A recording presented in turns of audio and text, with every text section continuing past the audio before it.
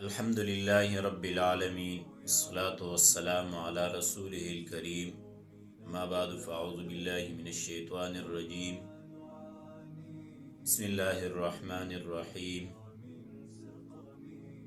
فتح قلعہ رأس العین جنگ کا تیسرا مرحلہ۔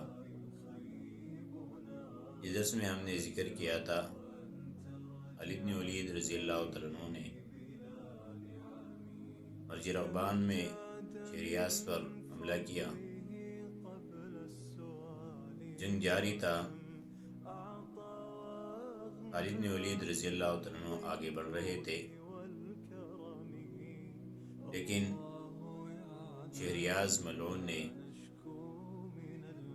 صلیب اعظم کے ارد گرد حفاظت کے لیے 12,000 کا لشکری جرار کھڑا کر رکھا تھا۔ پرسپوں کے سامنے زمین پر کانٹے دار تار کا جال بچھایا گیا تھا۔ خالد رضی اللہ عنہ اور اس کے ساتھیوں نے جب صلیب پر حملہ کیا، گھوڑوں کو ان خاردار تاروں سے ٹوکر لگی اور گر گئے۔ خالد رضی اللہ عنہ بھی گرے اور آپ کے ساتھی بھی گر گئے۔ یہ حضرات ابھی اٹھنے نفایت تھے کہ کفار نے ان پر حملہ کیا، سب کو گرفتار کر لیا۔ چاروں طرف سے شور اٹھا اور تلواروں کی جھنکار کی آوازیں سنائی دی۔ حضرت یاز رضی اللہ عنہ نے جب خالد رضی اللہ عنہ کی گرفتاری کو دیکھا تو آپ سخت پریشان ہوئے اور اپنے آپ کو اس طرح خطاب کیا: اے ابن غنم، کل قیامت کے دن کیا جواب دو گے کہ تیری عمارت میں اسلام کی شہزادے گرفتار ہوئے؟ یہ کہہ کر آپ نے زوردار نعرہ لگایا کہ مسلمانوں بیدار ہو جاؤ اور ایک ساتھ حملہ کرو اور ان سرداروں کو چھڑاؤ۔ اس طرح ایک دوسرے خطیب صحابی نے نہایت دردناک انداز سے مسلمانوں کو حملہ کی طرف توجہ کیا۔ لشکر اسلام نے ایک بھرپور حملہ کیا۔ رومی کٹ کٹ کر گر رہے تھے، تلوار اپنی پیاس بجھا رہی تھی، نیزے کٹ کٹ کی آوازیں کر رہے تھے۔ صبح سے شام تک مرج رغبان میں لڑائی ہوتی رہی۔ رات آئی لیکن حضرت خالد رضی اللہ عنہ کی رہائی کی کوئی صورت پیدا نہیں ہوئی۔ شہریاز نے فوراً 1,000 لشکر کی میت میں حضرت خالد رضی اللہ عنہ کے ساتھیوں کو رأس العین روانہ کیا اور اپنے معتمد خاص کو کہا کہ ان لوگوں کو بیڑیوں میں جکڑ کر راتوں رات پرسیوس والی رأس العین تک پہنچا دو۔ جب وہاں کے لوگوں کو پتہ چلا کہ اسلام کے بڑے بڑے جرنیل قید ہو کر لائے جا رہے ہیں، مرسیوس خود باہر نکل آیا اور خوشی سے شیر کو مزین کیا اور جشن کا سا سماع قائم ہوا۔ اسلام کے ان شیروں کو والی نے بڑے کنیسہ میں ڈال دیا اور خوشی سے پھولے نہ سمایا۔ حضرت قناع رحمہ اللہ نے اپنے ساتھیوں سے کہا کہ اس وقت کفار کی پوری طاقت رأس العین میں جمع ہو گئی ہے۔ میرا خیال ہے کہ مسلمانوں کو اس کا فتح کرنا بہت دشوار ہو جائے گا، اس لیے میں ایک حیلہ سازی کر کے اندر داخل ہو جانا چاہتا ہوں۔ ممکن ہے کہ اللہ تعالیٰ میری اس تدبیر سے اس محفوظ شہر کو فتح کرا دیں۔ میں نے اپنی جان کو اللہ تعالیٰ کے راستے جہاد میں وقف کر دیا ہے۔ سعید بن زید رضی اللہ عنہ نے فرمایا: اللہ تعالیٰ آپ کے منصوبوں کو کامیابی عطا کرے، یہ بہت اچھا ہے۔ قناع اور ان کے ساتھ اسی لیے پر جانے ہی والے تھے کہ مسلمان جاسوسوں کی ایک جماعت آئی اور قناع سے کہا: یاسم بن رواحہ جو نصرانی عرب ہے اپنے 500 ساتھیوں کے ساتھ رسولین کی طرف آ رہے ہیں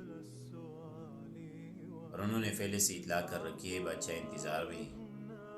قناع خوش ہوا اور جا کر راستہ روک لیا، اپنے سب ساتھیوں کو مورچہ بند کر کے بٹھایا۔ رات کے وقت عاصم بن رواحہ اپنے ساتھیوں سمیت جب یہاں پہنچا تو قناع کی فوج نے ان سب کو گرفتار کر لیا۔ حضرت سعید بن زید رضی اللہ عنہ نے جا کر عاصم سے کہا کہ اب تم قید ہو، بتاؤ اب اسلام قبول کرتے ہو یا نہیں؟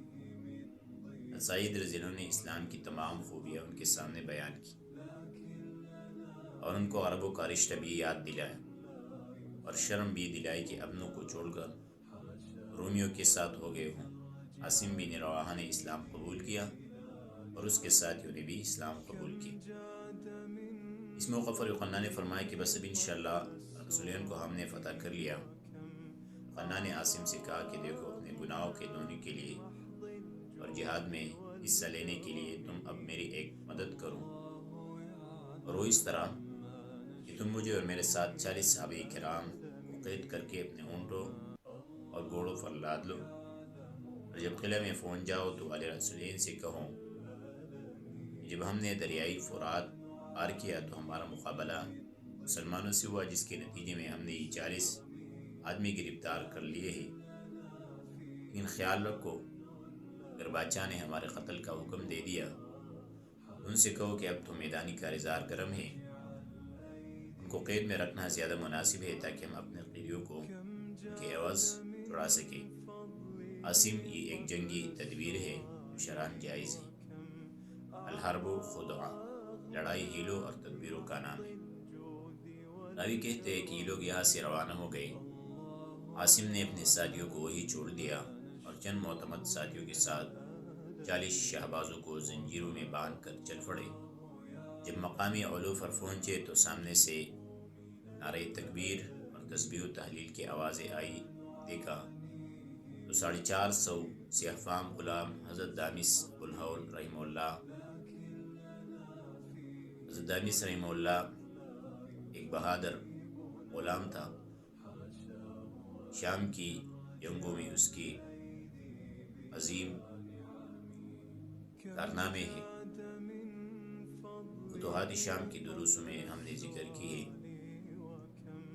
وہاں سنیے۔ دامس رحمہ اللہ کی سرکردگی میں مرجرابان کی طرف مسلمان کی مدد کے لیے حضرت یاز ان کی طرف سے آ رہے ہیں۔ حضرت سعید اور دامس کی ملاقات ہوئی۔ علیک سلیک کے بعد دامس نے پوچھا، جنابی کل لوگ کو قید کر کے جا رہے ہو؟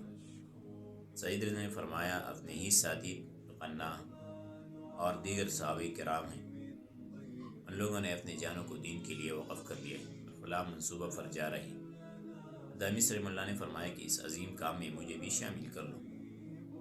انہوں نے فرمایا، ٹھیک ہے، لیکن آپ لوگ اسلحہ چھپائے رکھے اور ہم سے آگے آگے جائے، ہم کہیں گے یہ ہمارے غلام ہیں۔ یہ کہہ کر سب روانہ ہو گئے۔ جب یہ حضرات زلیخا مقام پر پہنچ گئے تو آپ پر اتر کر لباس تبدیل کیا اور بالکل رومیوں کا لباس پہن لیا اور صلیب کو آگے آگے رکھا۔ قنا اور ان کے ساتھیوں کو گھیرے میں لے لیا اور قلعہ رسولین کی طرف بڑھنے لگے۔ جب قریب پہنچے تو حضرت سعید رضی نے ایک قاصد بھیجا تاکہ بادشاہ کو خوشخبری سنا دے کہ عاصم بن رواحہ اپنے ساتھیوں کے ساتھ تمہاری مدد کے لیے آ رہے ہیں اور انہوں نے مشہور جرنیل یوحنا کو قید کر رکھا ہے۔ رأس العین کا گورنر مرسیوس بہت خوش ہوا اور شہر کے لوگ استقبال کے لیے امڑ آئے۔ یوحنا اور ان کے ساتھی زنجیروں میں جکڑے ہوئے لائے جا رہے تھے۔ عاصم بن رواحہ سے گورنر نے گرمجوشی سے ملاقات کی اور تفصیلات معلوم کی۔ اب نے فرمایا، آپ کی طرف آ رہے تھے، دریائے فرات کے کنارے لوگوں سے آمنا سامنا ہوا، لڑائی ہوئی، ان کے 50 آدمی مارے گئے اور کچھ بھاگ گئے اور یہ لوگ قید ہو گئے۔ مسیح نے مدد کی۔ گورنر نے قنا کو مخاطب کر کے سخت سست کہا اور ان کو مسلسل گالیاں بک رہا، لیکن یوحنا بالکل خاموش تھا تاکہ ان کا منصوبہ ناکام نہ ہو جائے۔ قنا والی کی طرف دیکھتا بھی نہ تھا، یہاں تک کہ گورنر نے حکم دیا کہ ان لوگوں کو بھی نستوریا گرجے میں ان قیدیوں کے ساتھ ڈال دو جو اس سے پہلے قید ہو چکے تھے اور جس میں خالد بھی ہے۔ ان کو حفاظت سے رکھو، میں بادشاہ سے ان کے متعلق معلوم کر کے سزا دوں گا۔ عاصم بن رواحہ نے گورنر مرسیوس سے کہا کہ ان لوگوں کی نگرانی پر مجھے مقرر کر لو کیونکہ ہم ایک دوسرے کے پکے دشمن ہیں۔ بھی اور مقرر نہ کرنا، کہیں وہ ان کو چھوڑ نہ دے اور میں ان قیدیوں میں سے بعض کو باہر رکھوں گا اور بعض کو گرجا میں اندر رکھوں گا تاکہ مسلسل اطمینان رہے۔ گورنر نے کہا، ٹھیک ہے۔ پھر کیا ہوا انشاءاللہ آگے درس میں